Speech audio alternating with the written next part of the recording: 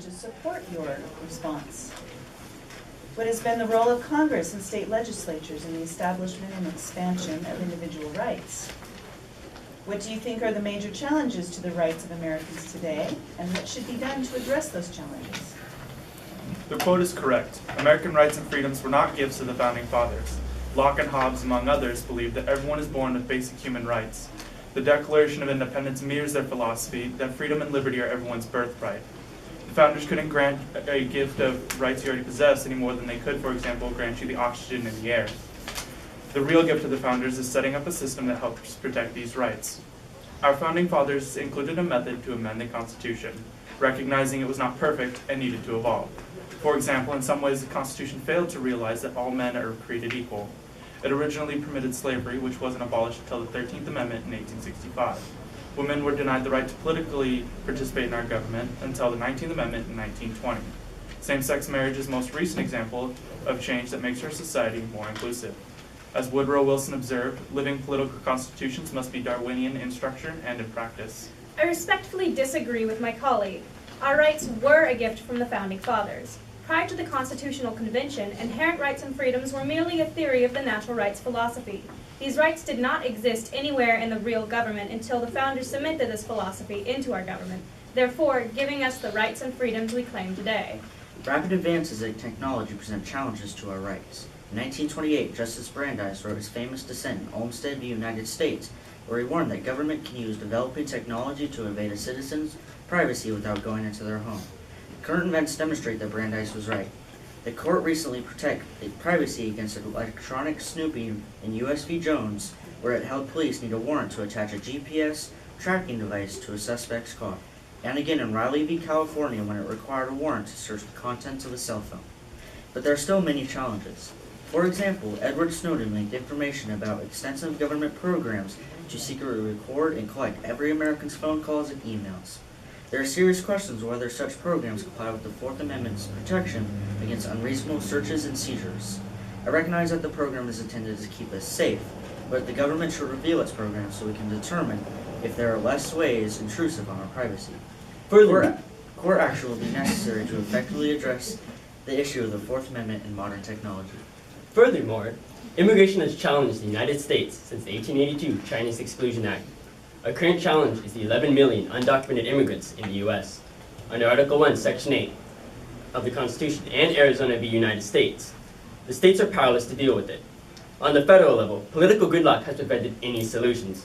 President Obama recently signed executive orders that protected the 5 million undocumented immigrants from deportation. These are only temporary solutions.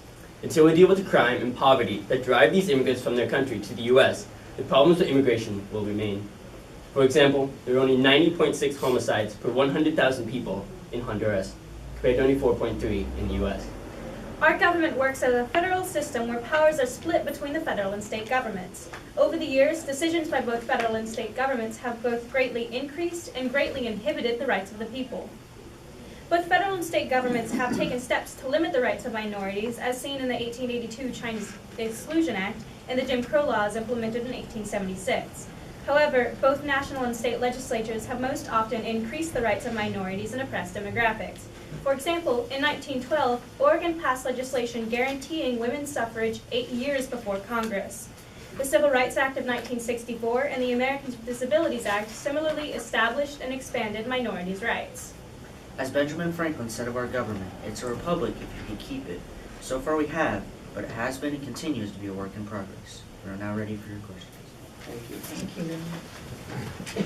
Austin, you mentioned that technology is posing a challenge to our rights. Questions to the panel. Is there any way in which technology and the internet, social media, can be used to help protect our individual rights?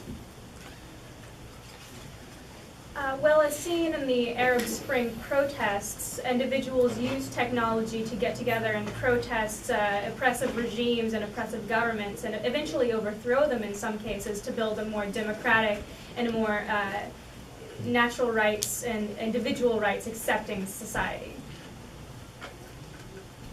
I would also expand on this by saying that technology is already being used to protect our rights, with the United States trying to protect us from foreign hackers and even terrorist threats to our banking systems or email or other things.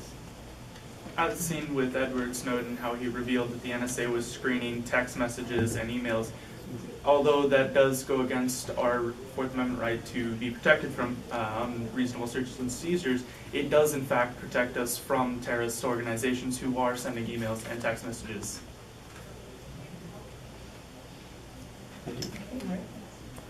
What responsibility, if any, do you think schools should have for teaching not only about rights, but about civic responsibilities? Why and how? I believe that education is a foundation that everybody should have when it comes to our government, and education is a huge foundation for establishing and expanding individual rights. Individuals in the Middle East during the Arab Spring protests had education about different countries and the different legal systems and the different rights that different countries offered their citizens, which then spurred them to establish their own systems. So education is an important factor in learning about your rights and expanding your rights, which is why I believe schools should be teaching more about our rights and more about our government. I would also like to add on, it should not also just be our schools, it should be the government doing programs such as this competition to help educate our future citizens who will be voting and even running for office in the future. Okay, great, thank you. I want to ask you, because we are talking about the rights that people have, and one thing I haven't heard a lot about tonight, to be honest with you, is the Second Amendment, our Second Amendment right. And in mentioning the Honduras and homicide rates and things like that, if we look at that, do you see any connection with our society and our current discussions of the Second Amendment?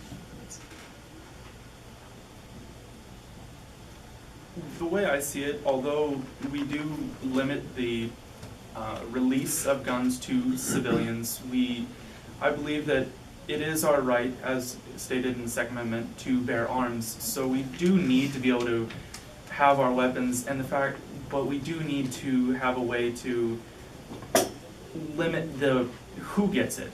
When you want to go hunting, you have to take a test to decide whether or not you're safe enough to go hunting, but we don't have any tests in any form for getting a gun. We have associations like the NRA who put out safety rules, but we don't actually have any form of test or any way of basically regulating who can and who can't have weapons.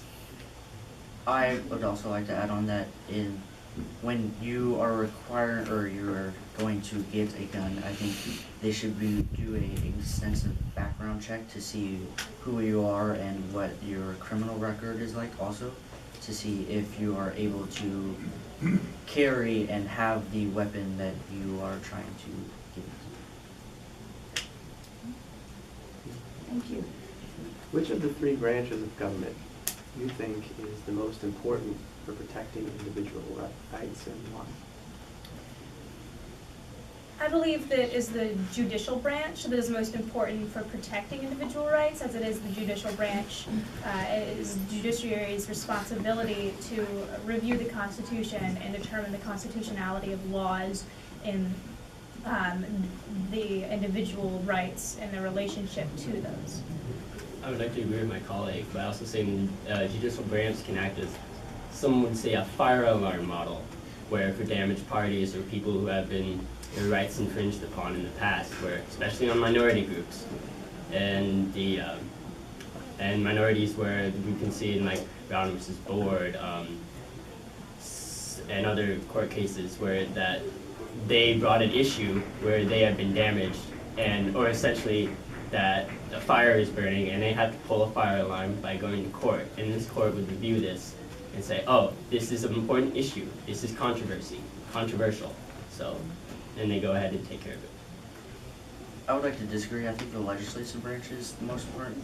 The president has the most power that out of all the branches, and he has the say over Congress, as he recently stated in the executive action that he said about immigration and what is going on, because Congress has not made a statement on the executive order and immigration.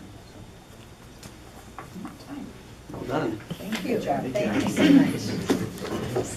We'll give you some feedback